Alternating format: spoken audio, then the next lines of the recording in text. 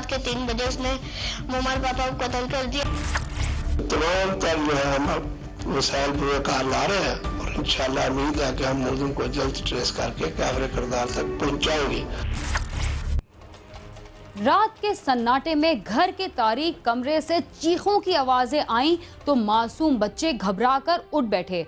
डर से निजात हासिल करने के लिए उन्होंने अपने बाप की गोद में पनाह लेने की कोशिश की, मगर जब उसे गौर से देखा तो उसकी गर्दन कटी हुई थी और चारों जानिब खून बिखरा हुआ था। बच्चों के खौफ में मजीद इजाफा हो गया और वो घबराहट के साथ गली की तरफ भागे, जहां उन्हें एक और लाश नजर आई और वो ये उनकी माँ की लाश थी। खौफ के अंधेरे में डूबी बेटी अपनी माँ की खून आलूद लाश से लिपट गई और बहन भाइयों की चीखें सुनकर पूरा मोहल्ला जमा हो गया। 4 बहन भाइयों को यतीम बनाने वाला आखिर कौन हो सकता है? कहीं ये वही तो नहीं जो रात के वक्त इस घर में मेहमान बनकर आया था? वो कहाँ गायब हो गया? कहाँ से आया था और कौन था? आइए देखते हैं।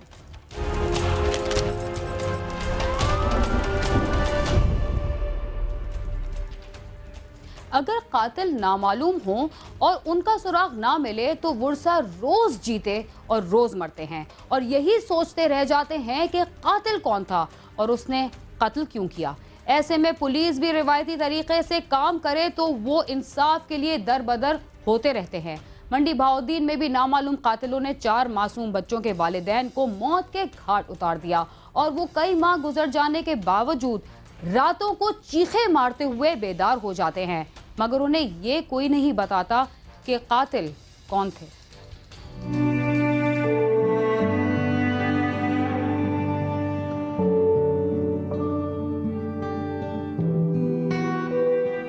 मंडी बहाउद्दीन के इलाके गोड़ा मोहल्ला के रहायशी इफ्तिखार अहमद की शादी 12 साल कबल अपनी करीबी रिश्तेदार ताहरा से हुई थी। इफ्तिखार अहमद ने घर के एक हिस्से में करियाना की दुकान बना रखी थी। जिंदगी मामूल के मुताबिक हंसी खुशी बसर हो रही थी। अल्लाह ताला ने इफ्तिखार अहमद को 2 बेटियां और 2 बेटे दिए थे। मियां बीवी अपने मासूम बच्चों के साथ जिंदगी के दिन गुजार रहे थे कि इस घराने पर अचानक एक रात क़यामत टूट पड़ी।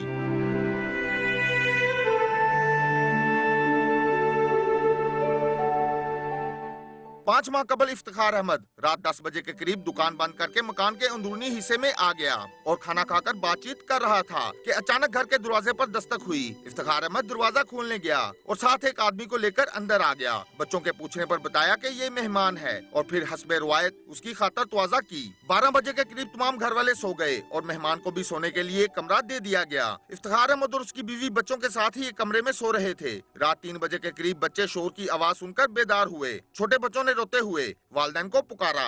बड़ी बेटी 11 साला हूरल ऐन ने लाइट जलाई तो देखा कि उनका बाप खून में लथपथ मुर्दा पड़ा है और उसकी गर्दन कटी हुई थी। बच्चों ने चीखे मारते हुए रोना शुरू कर दिया।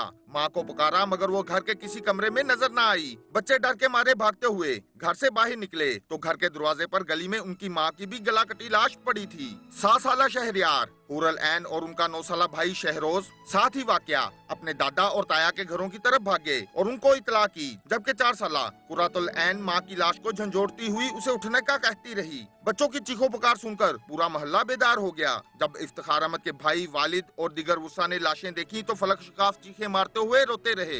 मैं जब रात को सो रही थी तो मेरा छोटा भाई जाग रहा था। उसने देखा था कि पापा उसके पास छुरी है। उसने पापा को बताया था लेकिन पापा ने माना नहीं उसकी। फिर पापा सो गए। फिर जब वो पानी पीने के लिए उठा था फिर उसने देखा कि उसने तकिए के नीचे छुरी रखी है।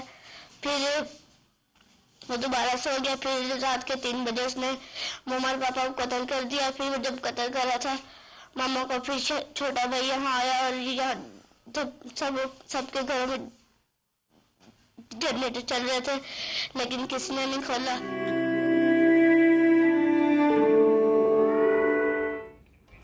आखिर वो कौन था जिसने 4 बच्चों के सर से माँ बाप का साया छीन लिया? क्या उसकी किसी के साथ कोई दुश्मनी थी या उसकी कोई और वजह थी?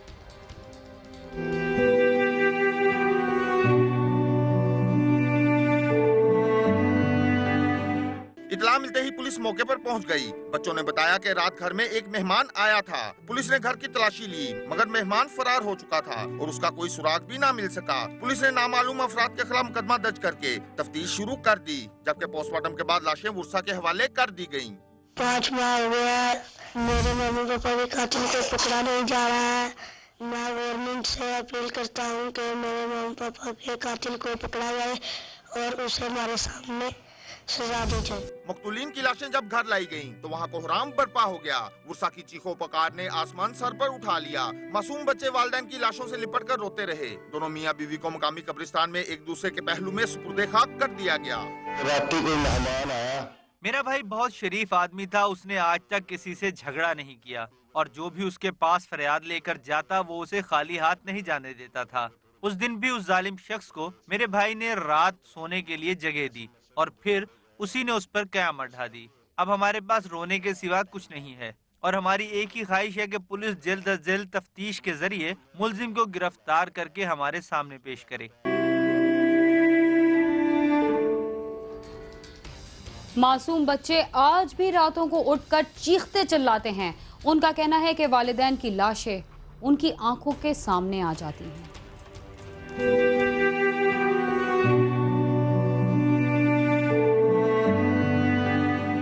पुलिस 5 माह गुजर जाने के बावजूद अभी तक कत्ल का ये मौमा हल नहीं कर सकी और ना ही उस नामालूम मेहमान का कोई सुराग लगाया जा सका है। मासूम बच्चे और इफ्तिखार अहमद के गुस्सा आज भी इस इंतजार में है कि कब कातिल पकड़ा जाएगा और कैफे किरदार तक पहुंचेगा और उन्हें मालूम हो सकेगा कि उनके प्यारों को किस जुर्म की पादाश में मौत के घाट उतारा गया। क्यों मासूम बच्चों को यतीम और मस्कीन कर दिया गया।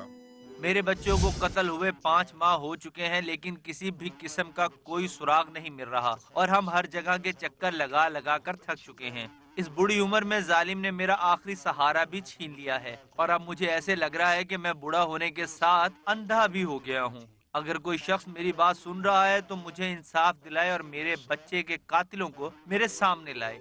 पुलिस हुकाम का कहना है कि मुकदमे की तफ्तीश की जा रही है। शुबा है कि कत्ल की इस वारदात में कोई करीबी शख्स मुलविस है। ताहम मकतूलीन के बच्चे उस पुरअसरार मेहमान को नहीं पहचानते थे। तफ्तीश का दायरा बढ़ा दिया गया है। जल्द ही सुराग लगाकर मुलजमान को गिरफ्तार कर लिया जाएगा।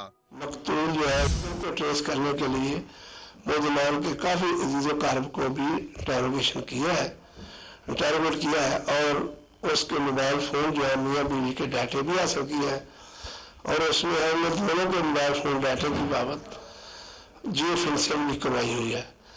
तो तमाम तर जो है हम वसाइल पूरे कार ला रहे हैं और इंशाल्लाह उम्मीद है कि हम मुलजिम को जल्द ट्रेस करके कैमरे किरदार तक पहुंचाएंगे। मकतूलीन के वर्सा और मासूम बच्चों ने चीफ जस्टिस ऑफ पाकिस्तान और वजीर आला पंजाब से मुतालबा किया है कि मुलजमान का जल्द अज जल्द सुराग लगाकर उन्हें कैफरे किरदार तक पहुंचाया जाए। साथी रिपोर्टर दीवान अली आदिल के साथ आमिर शहजाद, समा, मंडी बहाउद्दीन।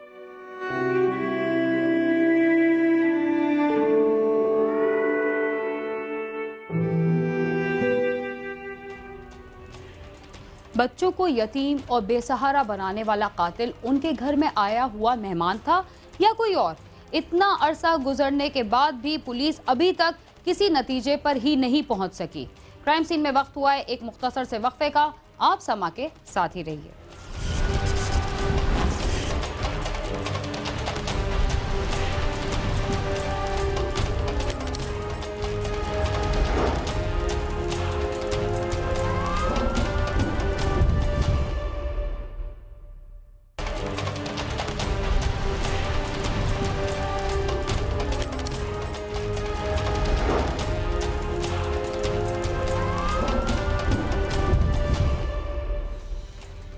प्रोग्राम क्राइम सीन में एक बार फिर खुशामदीद।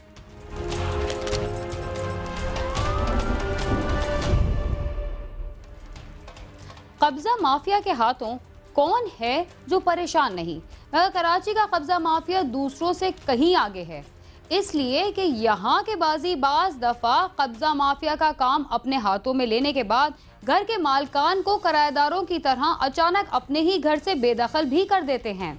और अगर पुलिस भी इस नेक काम में शामिल हो जाए तो फिर क्या होता है, आप खुद ही देख लीजिए।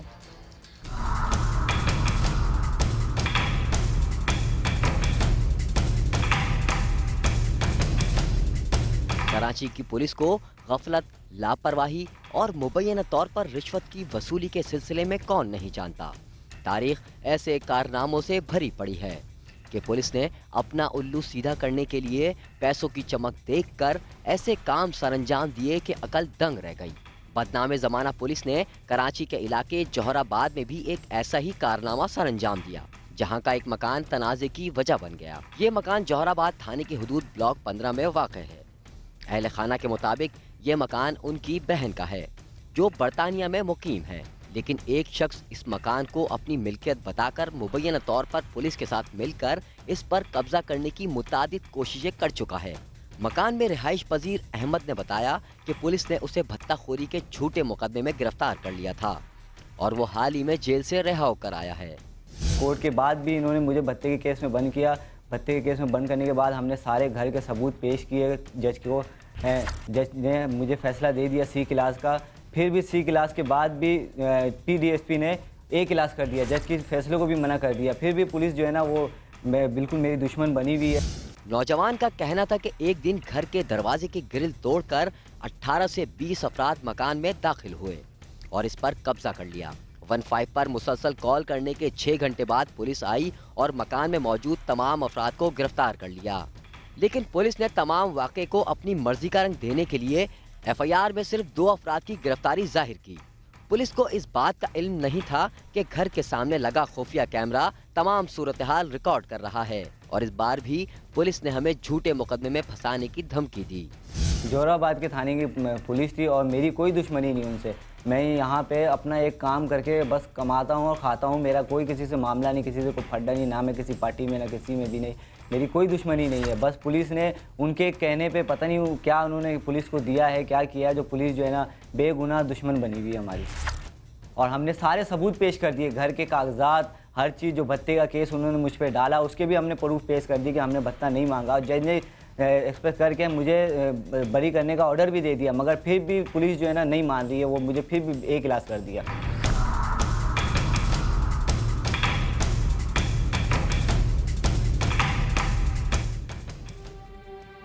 इस घर के झगड़े में पुलिस का क्या किरदार है, वो मोहल्ले वालों के साथ क्या सलूक कर रही है?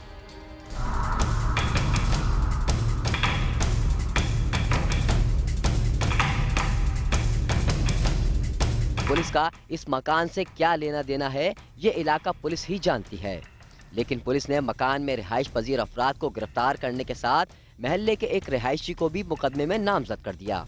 इलाका मकीन का कहना है कि ये अदालत का मामला है कि कौन इस मकान का मालिक है, लेकिन इलाका पुलिस मुबैना तौर पर रिश्वत के एवज अहले खाना को तंग कर रही है।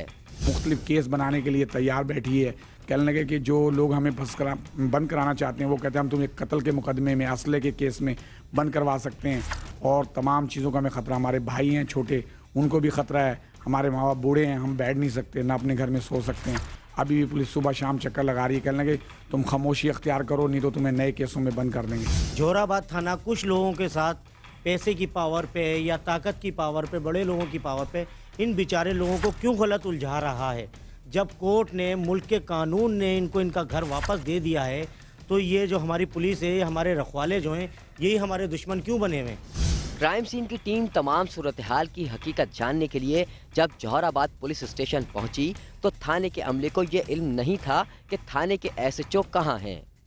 तलाश करने पर मालूम हुआ कि साहब अपने साइड रूम में बैठे हैं और जब क्राइम सीन की टीम ने इनसे मुकदमात के हवाले से बात करने की कोशिश की तो उन्होंने कैमरे के सामने आने से इनकार कर दिया, क्योंकि इस मकान के बाहर लगे खुफिया कैमरे की रिकॉर्डिंग ने शायद उन्हें भी उलझा कर रख दिया।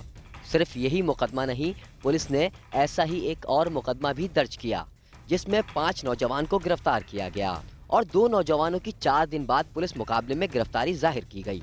बाकी नौजवान कहां गए ये तो आप जानते ही होंगे। मोहसिन का FIR जो है मुख्तलिफ थानों में इन्होंने क्राइम किया हुआ है, जहाँ के थानों के नाम जो है जैसे हदरी थाने में इनकी गिरफ्तारी हो गई है, दीगर थाने वाले इनको इंट्रोगेट कर रहे हैं और जैसे जैसे उनके क्लियर होते जाएंगी वारदातें वैसे वैसे वो अपनी गिरफ्तारी डालते जाएंगे केसों में। हमारे पास जो ये इन्फॉर्मेशन थी उसमें देखिए 4 लोगों को तो पुलिस ने छोड़ दिया।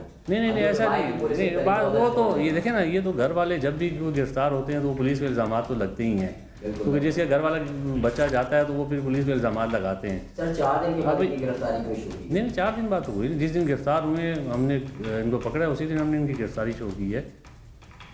बाकी इल्ज़ाम तो पुलिस पे लगते हैं, पहले भी लगते हैं, आगे भी लगते रहेंगे। पुलिस ने हमारे मजीद सवालों के जवाब देने के बजाय माइक उठाया और उसे बंद करके बात करने से इनकार कर दिया। मकान का तनाज़ा तो अपनी जगह, इसलिए कि इसका फैसला अब अदालत के हाथ में है। मगर सीसीटीवी फुटेज देखकर ये अंदाज़ा लगाना मुश्किल नहीं कि पुलिस की रवायती बेहिसी की वजह से आम शहरियों को किन किन मुश्किलात का सामना करना पड़ता है। कैमरामैन नईम खान के साथ खुर्रम गुलजार, समा, कराची।